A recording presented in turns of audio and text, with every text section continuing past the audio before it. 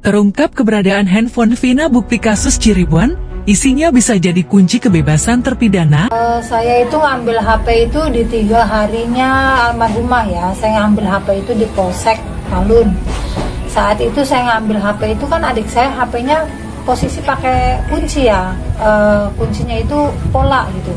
Pakainya pola, dan yang tahu itu kan ponakan, karena ponakan itu tidur bareng sama adik saya, itu selalu tidur bareng. Saya tanya, "Dek, kamu tahu nggak polanya HP-nya Mbak Vina?" Nah, dia kasih tahu lah pola itu kan.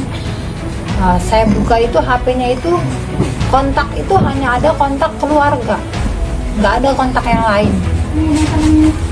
Dan BBM pun saat itu kan adanya BBM ya. BBM itu cuma ada satu chattingan, dan chattingannya juga hanya kayak chattingan baru 2 harian. Jadi kalau chattingan juga sedikitnya kayak udah ada yang hapus juga gitu. Nomor kontak juga kayak udah ada yang hapus. Nah, terus di tangan saya itu sekitar 2 hari apa 3 hari barulah diambil buat BB, kata buat barang bukti.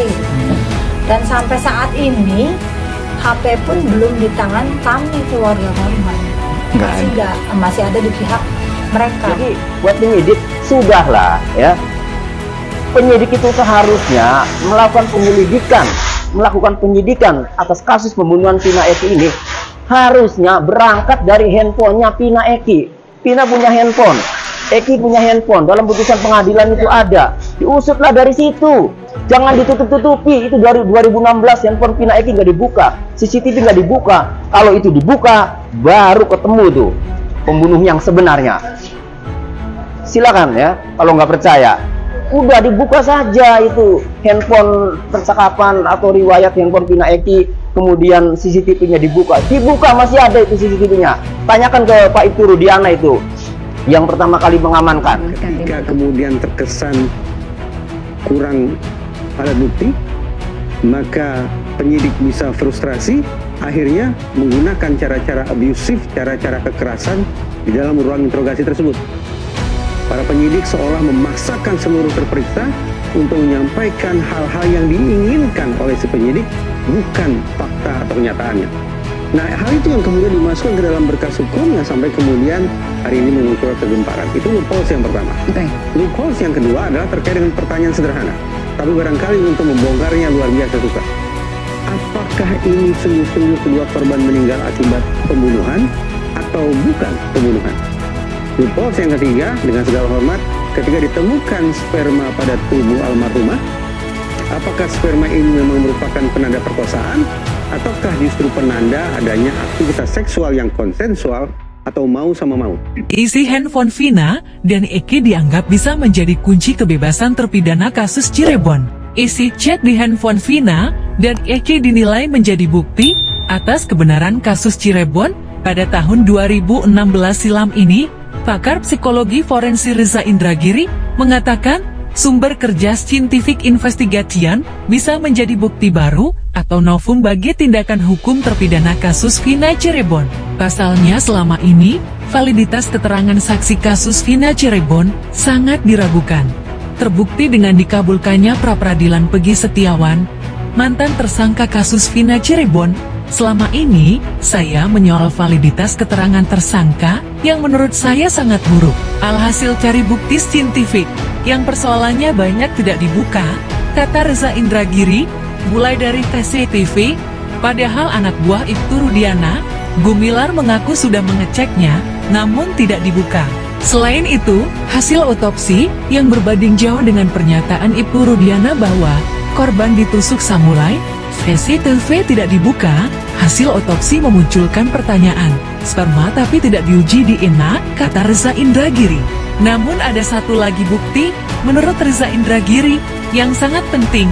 Satu bukti baru menurut saya sangat penting, tapi belum pernah diperbincangkan. Di sana, saya penasaran apa sih isi komunikasi pada malam jahanam tersebut, kata Reza Indragiri. Kasus Vina Cirebon dinarasikan sebagai kasus pembunuhan berencana. Reza Indragiri berasumsi perencanaan tersebut terangkum dalam sebuah percakapan di handphone pelaku. Pasti ada komunikasi antara otak dengan eksekutor. Pasti ada dong. bukalah gawai mereka untuk mengecek ada tidak tuh komunikas yang mengarah pada pembunuhan berencana, kata Reza Indragiri. Dengan handphone milik Vina dan Eki yang diyakini menyimpan percakapan soal peristiwa yang sebenarnya terjadi.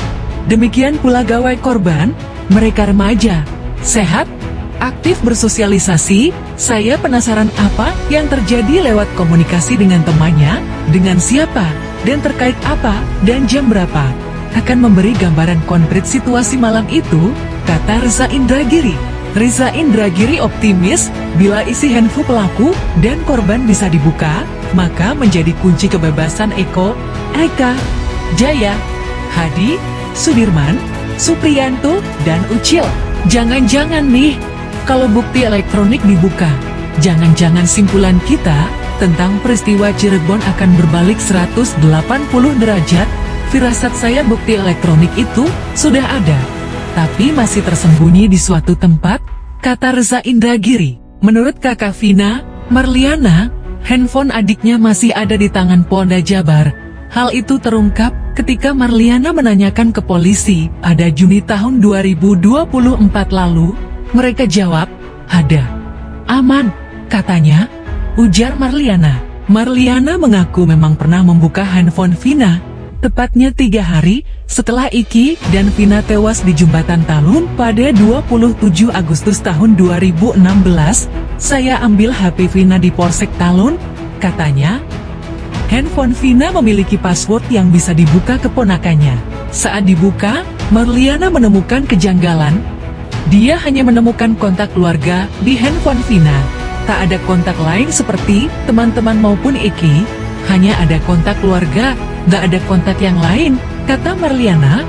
Bukan hanya kontak, isi chat BBM pun demikian. Tersisa chat yang 2 hari sebelum kejadian, kata Marliana. Dia curiga bahwa kontak dan chat BBM di handphone Vina ada yang menghapus, sepertinya ada yang menghapus nomor kontak juga, kata Marliana kakak Vina. Misteri keberadaan handphone milik Vina. Handphone Vina hingga kini ternyata masih di tangan polisi.